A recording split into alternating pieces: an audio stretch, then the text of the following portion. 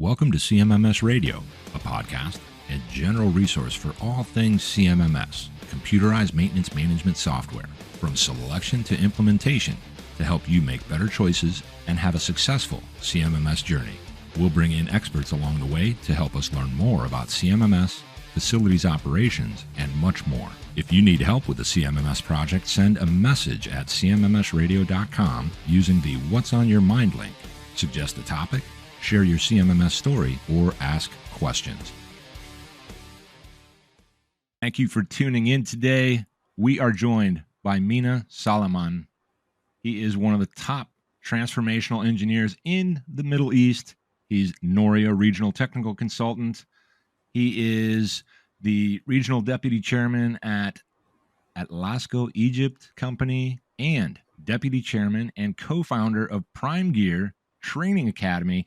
I met Mina at the Reliable Plant Conference in Orlando. That was in August 2023, and it was during the happy hour that you and I got to chit-chat a little bit, and some of the conversation we've already started today on one of the things I was really interested in. But first and foremost, I want to welcome you to CMMS Radio, Mina. Thank you very much. It's such a pleasure to be with you, Greg. It was such a happy hour that we met, and I'm very happy to be in the CMMS Radio with you.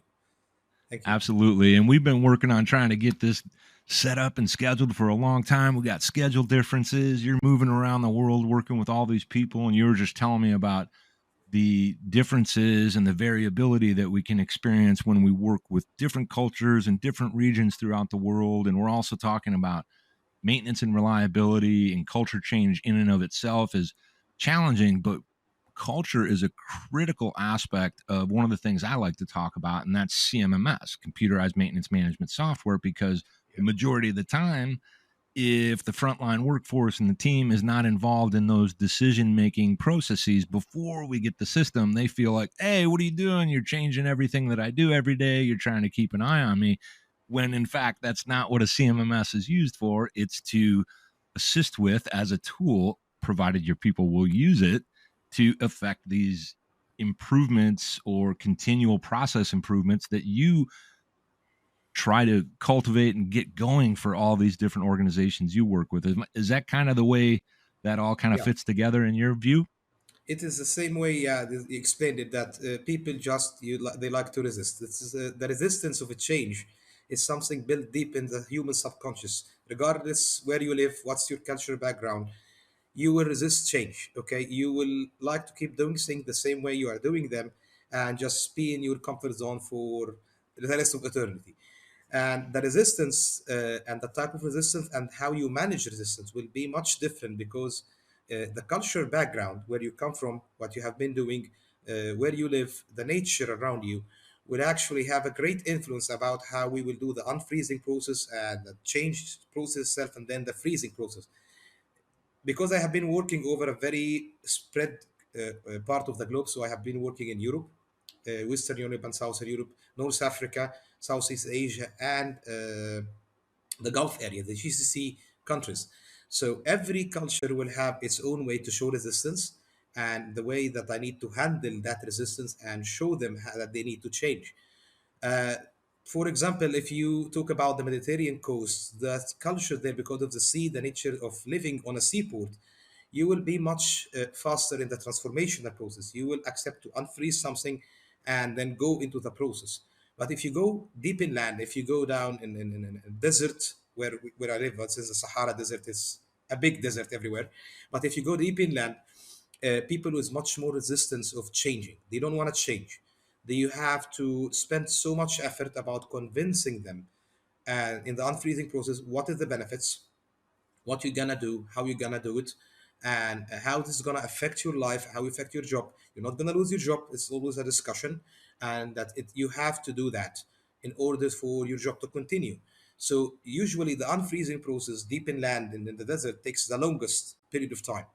Even if it's a very simple thing or a very big thing, it is the same. For example, the CMS systems, it is a very big situation. Okay, I have been working with spreadsheets, okay, for 18 years in my job, and now you need me to log in and have them. They will show every way of resisting that.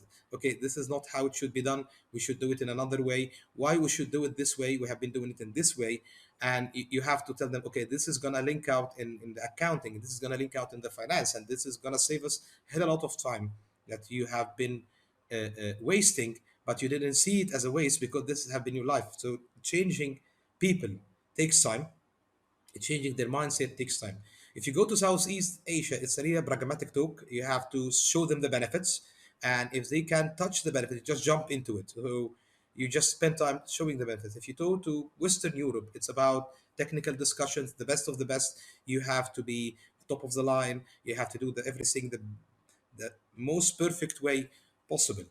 So if we say, let's say that the project is going to be 3 months, okay, and we need to do the management training in 3 months. If we're going to spend in the Mediterranean coast, we're going to spend the first months convincing them and get them to start moving in the process. If we go to the in desert area and the Saudi Arabian market and other GCC markets, just convincing them could take the 2 months. Okay, once they got convinced, they got moved on. Okay, that's easy then. Okay, then get them into the process. It becomes the new habit, and then you freeze the process, and then that's our new standard. Then, so if you don't embrace the culture differences, you will never be able to manage the change process. This is something that have to be kept in mind whenever you're working with different culture, because the same thing everybody's gonna resist. It's the how and how long is the different. Yeah, and I think there's, everybody says it a bunch of different ways. We've got the, well, we've always done it that way, and we all know that that's a real bad thing, unless there's that rare exception where it makes sense. Then you've got these kind of concepts that work around, well, what's in it for me? Why should we make that change? And a lot of things that I learn it from people like you, a lot of other people, George Williams over at ReliabilityX. I think George. I'm sure Ramesh when it Of comes to, course. you yourself are a CMRP. And for anybody that doesn't know, a lot of the people that follow CMMS radio, they know exactly what that is, but it's a certified maintenance and reliability professional. And this is where these best practices and concepts, along with you yourself, Mina, have, I would say, at least 9 certifications, multiple degrees, and an immense eclectic series of experiences that kind of lead into this worldview that you have, which is why I was so excited about it. Because some of the people that hear this would say, I've experienced that, but I'm from over here. And so it's just kind of all over the place. So I like talking about these things that are going to have an impact, because being a CMRP in and of itself is really about being a net contributor and affecting an outcome. And the outcome that you're trying to affect is greater reliability through maintenance practices, which has nothing to do with repairing anything. Yeah, Is that fair? exactly, exactly. So this is what the maintenance people keep missing. And once they get it, if they get it wrong, they get afraid. So I'm not coming to make you lose your job or kick you out, because the first thing the maintenance team here when I say reliability, oh, less faults, less work to do to me, I'm becoming useless, I'm out of the window. No, no, no. You are gonna do different tasks in a different manner. Instead of chasing down the broken machines, you have to chase down the root causes that will break the machine and stop them. And at the beginning, they think that's an easy task. Okay, that's something easy. But when they start doing it, that's much challenging than just replacing a bearing or replacing a gearbox or performing alignment or doing a vibration measurement or anything. All those activities, when they are time based, they are just consuming them. They are chasing them around the plant. They always have busy schedules, but the actual value is being missed. So when I come to maintenance people to tell them about reliability, you're spending a humongous amount of effort just to keep up with the backlog, and they hate the CMMS system because it's just showing the backlog. Okay, what about if we start chasing the root causes with 20-25% of your time, and let's see how much impact will happen in the backlog, how much things you don't need to do. And when we do a preventive maintenance optimization project with them, they discover that there is a lot of things that have been done that's we don't need to do them, or we have done them for a period of time, and this will never happen. One story from the UK. One prime minister from the UK went into Copenhagen in the parliament, and he would have a meeting in one of the rooms, and then he found one of the red guards standing there. He asked a question: "Why is this guy standing here? I'm deep into the security area of the parliament. I don't need a security guard there. Please check why this guy is standing there." So after a little search in the books, they said, okay, so 20 something years ago, we painted the doors and we asked for the guard for one day. Somebody forget to remove it. You have been waiting for the paint to be dried out for 20 something years. This is exactly what I start with when I talk about their life, preventive maintenance. You have been doing things that maybe you need to stop. You don't need them anymore. Designs have changed. Machines have changed. Practices have changed. You have better technologies and better way to do it. You have to change the root cause. Once you start chasing the root cause instead of the fault and the PM schedule, your life will become easier. You will lose the frustration of having a backlog that will never be done. So this is another way that you talk to them and tell them, okay, you need to change. You're not going to lose your job. You're going to do a job differently in a different manner with a different objective. This is another story that I also face. And relating to CMS systems, if CMS system is not understandable and if they are not feasible and you don't show them why the KPIs look like when we talk about SMRP, we have a huge chapter about KPIs and how you measure every practice and then why you're missing that, why you're missing that. The CMS become a torture and everybody hates it, torture, unless you love your torture, that's another story, but it's becoming a torture process and everybody hate it and they find ways to screw it up and not put the data in time and mess up the reports and just choose other when it comes to failure analysis. It's always other failure, other okay, what is the other failure that have been happening so much? So this is one of the things that you put garbage into the CMS, it gets garbage out and the whole process point get lost. Yeah. Yeah, and so there's a lot there because so a couple of things. One, when we talk about CMRP, there's like a lot of preparation to get ready for, testing out on that credential. And I just want to do a quick shout out for anybody that's planning to do that. I've got a great course available.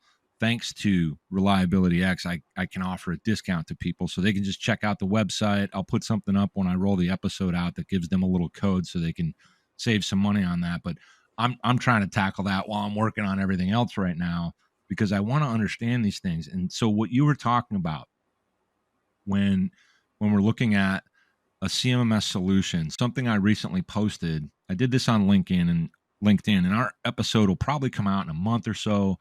But the idea behind it was I asked a question, and the question was this: what is the number one CMMS? In other words, what's the best CMMS out there? And the answer, I waited 3, 4, 5 days, and George and a bunch of other people. I'm talking about George Williams at ReliabilityX chimed in, and a bunch of other people. Sometimes it was products, sometimes it was process, sometimes it was, well, I like this process, this product for that, this product for this. And then I circled back and said, well, the answer is it's the CMMS that your people will use. And the Exactly. reason that's the answer, and it doesn't satisfy everyone. They want to be number one, which you are, just over here and over here. If people will not utilize the CMMS platform that they have selected or that has been forced upon them or whatever, it's not going to be any good, even if it's the best, The most best expensive, most programming, yeah. complicated. No. It's It's so all about the MMI. If you have a proper MMI, if you get the people to feel comfortable using your system, you're the winner. I mean, everybody know the names out there. There yeah, are a lot of big companies, huge names. Everybody relying on them, and they have serious gaps in their systems. Other upcoming emerging systems coming up, how they are winning, they are easier to use. They make life easier for people. I don't have to do 25 clicks to get something done. I just need to yeah, do 2 clicks. Okay. I have to be able to upload my reports with a drag and drop. I don't have to go through a lot of windows. So, as you said, the best CMMS system is the one that people is gonna use. I could pay $1 million, I could pay $100,000, but if the $100,000 system is gonna be usable, people will get into it, they will get excited, and they will be able to use it. That's a system I need to buy. It's not about how much it costs. It's more about how good the people is gonna use it, because the rule about any software: garbage in, garbage out. So if people does not use the system, love the system, understand the system, and it have to be enough flexibility to tailor it to fit the customer end, you're not going to get anywhere. You're just going to spend a nice $1 million on something that just to say to it, I have that something. While you need to go to other systems where you have good support, you have to like what George do, but good you have good support, you have the ability to fit in the system in the culture process. You have to fit in the system with the people. You have to be able to move things around for people who would feel okay. This is how I like to do it, and this will not affect the system in a bad manner. So this is exactly what I agree with you. It's not about the system name or how much it costs. About is the people going to use it or not. So at the end of the day, and I say this sometimes different ways, but it's about the people, it's about the process, and it's about the outcomes that you should be chasing, whereas most organizations may not even know they're chasing the wrong things. And I wanted to ask you, when you get that kind of alignment, whether it's, on the coast of Spain or over in Denmark, or, Or you're in the Netherlands. middle of Saudi Arabia and you finally Yeah. have figured out what this project is going to be, is the language different when you're talking to all of these people on the maintenance team versus the leadership of the organization? Do you yourself have to make a shift when you're tying that all together so it makes sense to the business as a whole? Yes, this is usually the biggest challenge when it comes, because many times we have convinced the everybody from the reliability manager, maintenance manager, down to the floor on the plan. But then you go to talk to they go to talk to the management. They do use their wrong language, the wrong argument. Okay, the management team is looking at numbers and spreadsheets, and they just want to see how whatever you're saying is going to change this number that is causing me a problem, how this is going to impact that.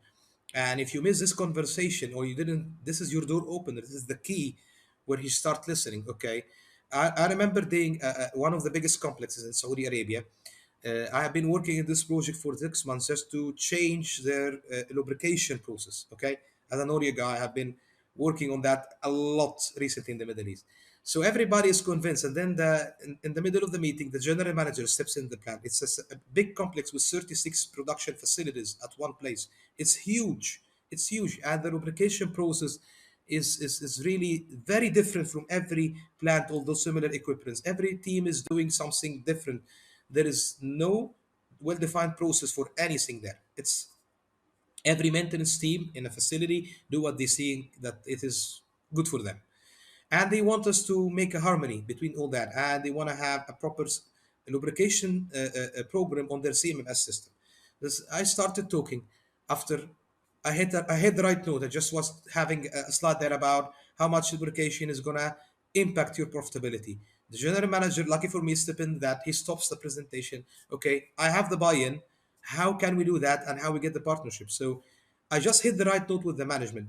Previously, in the day before, I convinced the maintenance team about how much less work you have to do. You are doing so much work in the wrong direction. You're chasing the wrong prey there.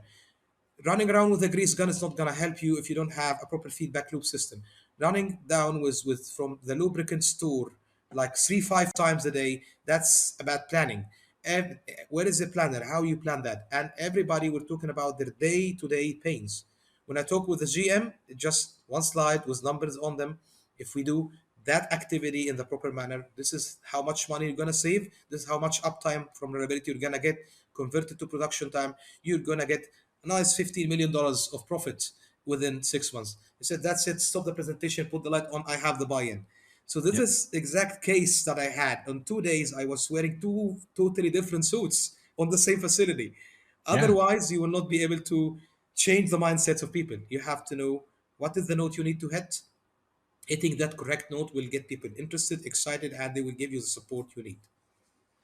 It's so everything. So what happens for me is over this last, so I've been doing this a couple of years, connecting with all these outstanding experts that can help give me insights. And I want to be always careful about using buzzwords, and I don't want to pretend so much. I want to understand and I want to help people understand that, but I want to try to understand it with you here because you can kind of guide me.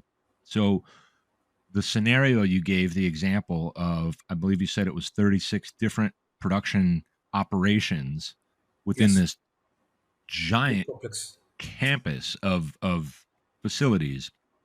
It sounds like what you were talking about there is, aside from the lube and oil analysis, were you essentially getting to a point where you could implement lubrication routing? Lubrication, routing, selection of the lubricants properly. So the whole process is built over the years, and different people have contributed to their lubrication manual. Mm. It's not harmonized, it's bits and pieces built together. It's like when you bring all your old Legos together and try to build something with it. Yeah, It's gonna get something really innovative out of it, but this is not how it should be. Okay. right.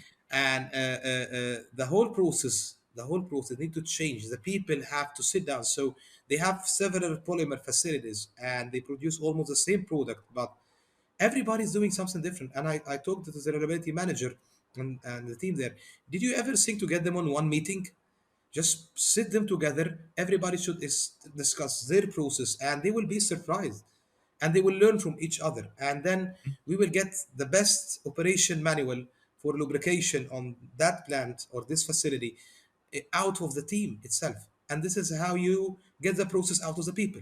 Instead Yeah, of I sit down on my laptop, I design the most perfect process according to the international standards, whatever they are, give them to the people. Nah, I'm not gonna do that. So this is one of the best way to start a change. Just let people talk together, lead the conversation, and then let them put together the new standard operating procedure you're gonna follow. yeah, And there I jump in as a consultant. Okay, guys, so I really happy with what you achieved, but those points need to be uplifted to the standard. What you are doing here is not good. This sampling procedure is not gonna work. Waiting for this amount of time to get the sample process is not gonna work because of so and so and so. And then they will be listen because they will be very happy to make their new baby perfect to get it better. But if I sit down and just write down the process, a lot of schematics in, a lot of flow charts, okay, we have our process. They're gonna just resist. yeah. And planning the route, you have to listen to the guy going down there. You have to understand the challenges he meet. Not every machine in different areas, different hazard situations is gonna be treated the same. So when we set the planner down with the loop technician actually routing that, they found surprises. Okay, we never the planner said to the technician, I didn't mean to make your job so difficult. So let's rearrange the routing and everything to make your job easier. So you could have good days and challenging days, but not every day is going to be a challenging day. Right. So sitting people together, let them do the process together, and you supervise is one of the best ways to get people process and change management in one seamless phrase that's gonna result in something beneficial.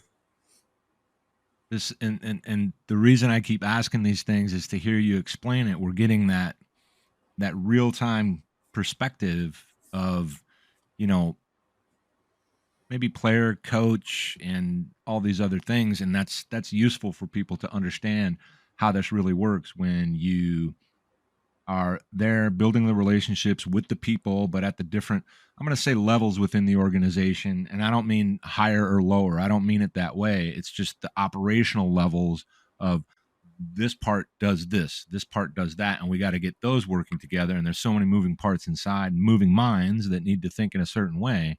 And the real value there is if maintenance teams are coming in with a bit of an open mind, and they're able to convey what their challenges are, you're able to see them, and then we can start to connect that to the business as a whole. And then you get that buy-in from leadership that says, oh, $15 million is what we could get out of this, let's go. And you already had the buy-in. I mean, that's the kind of work that I think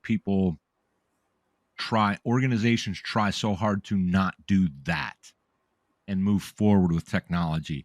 They get 2,000 sensors when they only have 100 critical assets, all because they didn't do root cause analysis and assessments of what are the most critical assets and all that. And it's a lot of that shortcutting that costs companies the efficiencies and the reliability that they could have from these assets to achieve not only high production of a high quality product and get their outcomes, regardless of what the product is, right? In mining, you're getting raw materials and, you know, oil, you're doing this, all those different things. But think about what you were also saying, the way everyone is now moving in a way where I know I'm going to have challenges, but I'm not going to have so many that it shuts me down and gets me stuck.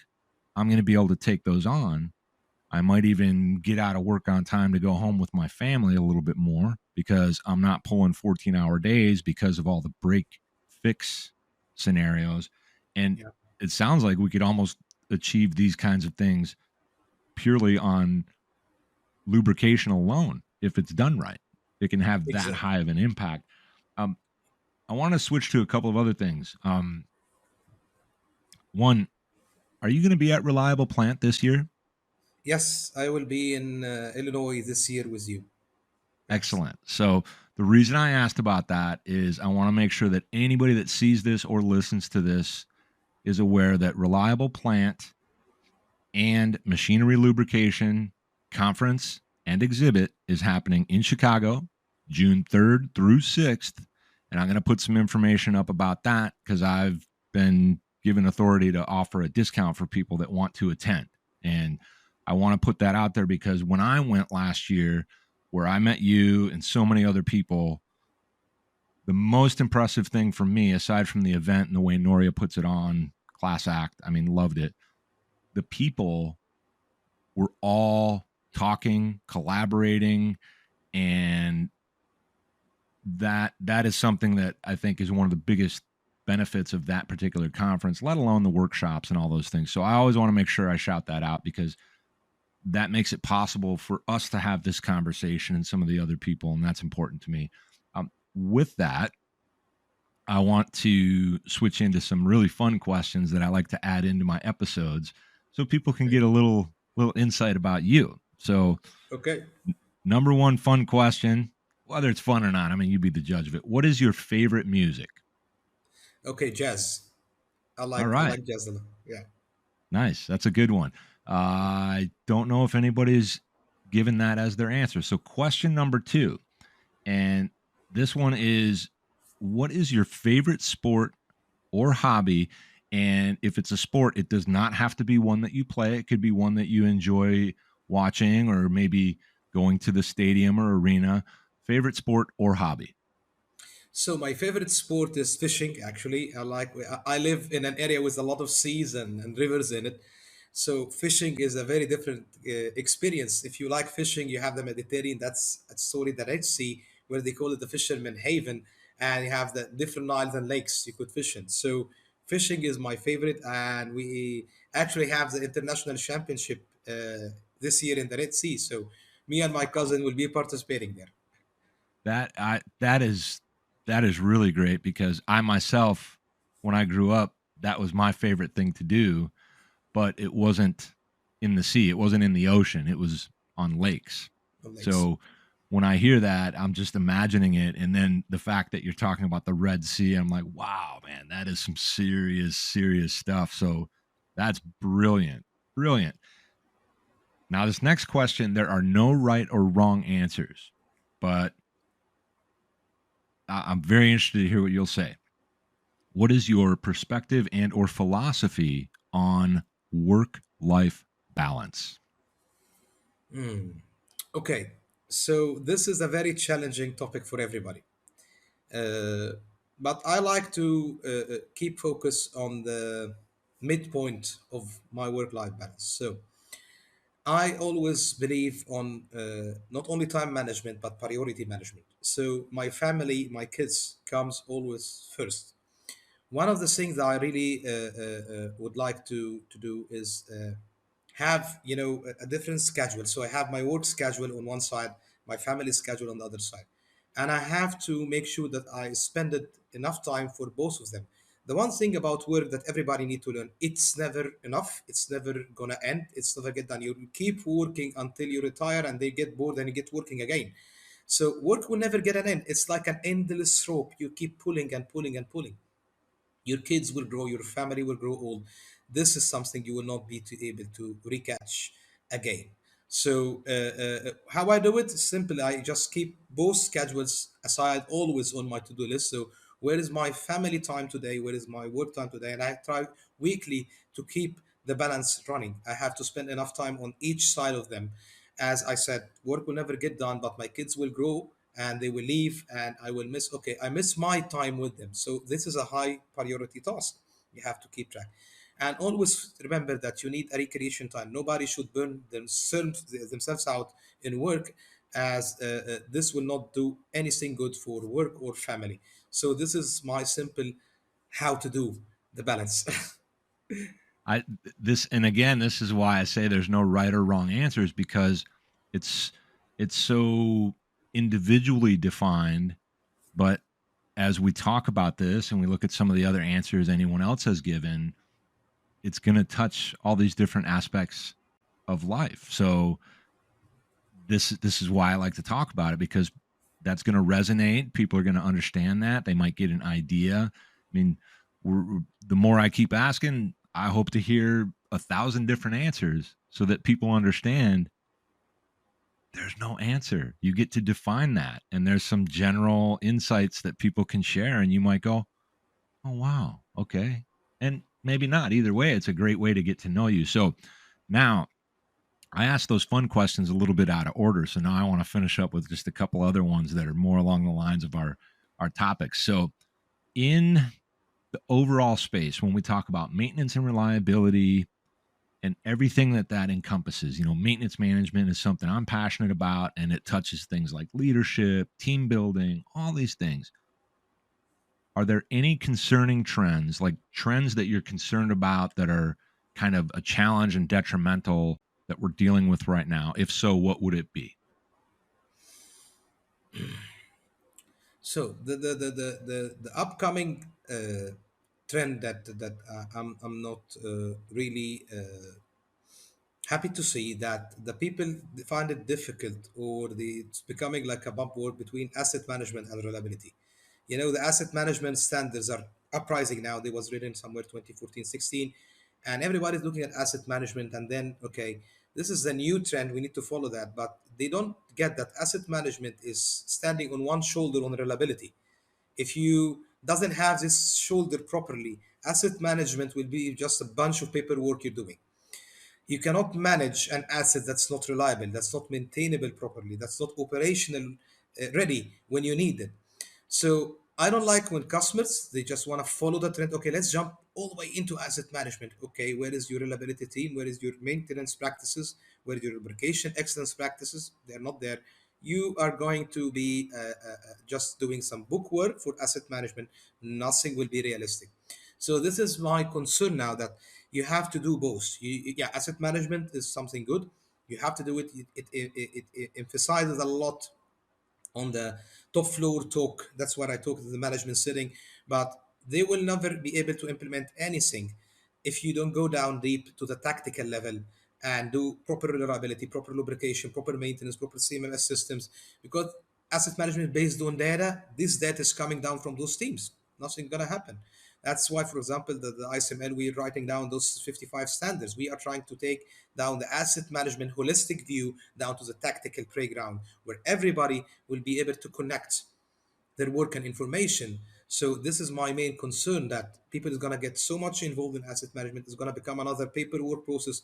They will lose the spirit of asset management, which is standing on reliability properly. Yeah, that's a lot to kind of take in Yeah. and think about and process. So that's why I'm kind of pausing and my eyeballs are bouncing around, because I'm trying to grab that, because I think I hear what you're saying, and I think I have a lot of ideas about what it is, but I didn't necessarily realize that those concepts were in direct conflict in the way you framed it. In my side So, of the world, they are. People well, are trying, okay, this is a new thing, let's do it, forget about the old thing. No, no, no, you have to capitalize on the old thing. yeah, and that's, I've had a lot of people on in the last year that just have imparted so much wisdom that's similar to what you're sharing, and that's why I get so excited about it, because I get to learn something. So there's this idea. So I don't know if you actually know him. You'll probably meet him though at Reliable Plant. His name's Brian Bieski, and Brian Bieski was one of the first people to kind of teach me about this idea behind doing the absolute basic fundamentals really well. That's how you achieve like operational excellence. So I'm hearing that with what you're describing right there, where you, you basically telling people you can't sleep on this. It's not the new thing. It's this. This has to be there. If that's not there, the new thing won't help you. It will hurt you. Almost like that. Exactly. Is that Exactly. okay? That's perfectly said. Yeah. All right. Thank you. And then, so the next question was going to be on the other side of that kind of, what are you really excited about that's either happening now or, coming into kind of fruition these days? The interest in rising in my region, so I'm mainly managing 11 countries. Okay, the interest coming in my region and the value of certification is becoming much better than it was 10 years ago. Now people started to understand that took a lot of work, a lot of teaching to do. The value that if my technician is MLT certified, if my reliability engineers actually understand SMRP certification and he did it properly, as that's like why I encourage people to use your offer and get this the certification. That's your door to reliability. There is no other proper door to go in there reliability without getting your CMRP certification and you understand it properly. It's just not about the exam or certification, about understanding what's going on there. So the people is now valuing the certification much longer. I could see tenders coming out from big oil and gas entities like Ramco, the biggest. They are now asking, okay, if you're gonna do that job, you have to be this and this certified. If you're gonna do this job for me, do you have to be this and this certified? This wasn't there some years ago. This is the thing Right. that excites me the most. Okay, people are finally understanding that certification actually works and it pays back to the company because the certified personnel will get, of course, a higher income or higher pay than the uncertified personnel, and the company is happy to pay because they understand the value delivered by this certification through this personnel. Very interesting, because I have this conversation with people all the time, whether I'm on the podcast or not, and specific to CMRP certification through SMRP, right? And we've got something for that that'll help people. What, because I'm sensing you're passionate about it, because these are maintenance people, these are maintenance professionals, and then when they do the work to attain that certification, because it's not just taking and passing a test. You have to study, you have to learn things, and they are naturally going to improve their overall understanding of the application of what's in that certification, because they already know what it's like to be on the plant floor or to be the maintenance planner, and that's going to help improve what they do already. And that's one of the reasons that I got interested in it and trying to find the time to get through all that, because I can further understand a lot of stuff I've been talking about for 20 years. And in some ways, I knew it from people, but now I get that opportunity to actually know it. And I have some ideas already on how to apply it. But each time I go through a unit, I learn something new where I Yeah, can see it a different way. So that's really interesting. I didn't realize that it was, it's almost like it's a lagging indicator of what people could have been doing, and now they're finally there, and that's why you're excited about it, because it's going to have an impact almost globally on exactly. reliability. It's So gonna that's change everything if people start when they start believing in certification power and it's actually working. Okay, you're gonna see all those little mistakes that we have been talking about all the episode is disappeared because this guy is certified. He know how to do it. He know what's wrong, what's right. He's gonna do the right thing automatically because this he spent the time of his life getting this certification on. So this is something exciting, very exciting to me to see that the big companies, medium-sized companies, have started believing, okay, if this job is gonna be done, he have to be certified or she have to be certified. That's a nice game changer that's I have been seeing coming over the last couple of years. yeah, it's definitely good. And then the other thing we got to know is how you prefer for people to get in touch with you. And my idea was that they could look for you on LinkedIn and connect Yes, with you there. And absolutely. is there an alternate method on that? Yeah, you could. LinkedIn is gonna be my best way, and then with my email also is something that you could get easily and talk with me. But reach out for me out on LinkedIn. I'm always there. I spend a lot of time on LinkedIn, connecting with people, talking with people, because this is where we need to. see professional than other colleagues and peers, and we share ideas, we share and exchange our experiences, and that's the best space for our business to be happening there as a reliability business. Yeah. Absolutely. And it's great to do this, with people that have a reputation like yours and these experiences where you can share. And think about it this way: we're curating knowledge so that we can, in effect, help one person at a time. And if we do that, then this is valuable. And once we get this put together and put that out there, it's going to be there to help somebody. And I really want to thank you for this time. I know we had to do a little dancing around to get the schedule right, but We got it done. That's the important it, thing. this was brilliant. I really appreciate it. And I can't wait to see you at Reliable Plant in Chicago, June 3rd through 6th. And I'll put info up on that. So, Mina, thank you so much. Thank you much, sorry. Thank you, Greg. Thank you. Very excited to be with you. Greetings to all your fans and followers, and see you in Reliable Plant in Chicago. Awesome. Awesome. Thank you very much. Did you find this episode helpful? Please send us some feedback, suggest a topic, or ask a question. Reach out to CMMS Radio if you need a co-pilot on your CMMS project. Visit CMMSradio.com and use the What's on Your Mind link. Thank you for tuning in to CMMS Radio, your resource for all things CMMS, from selection to implementation, to help you make better choices, learn from industry experts, and have a successful CMMS journey.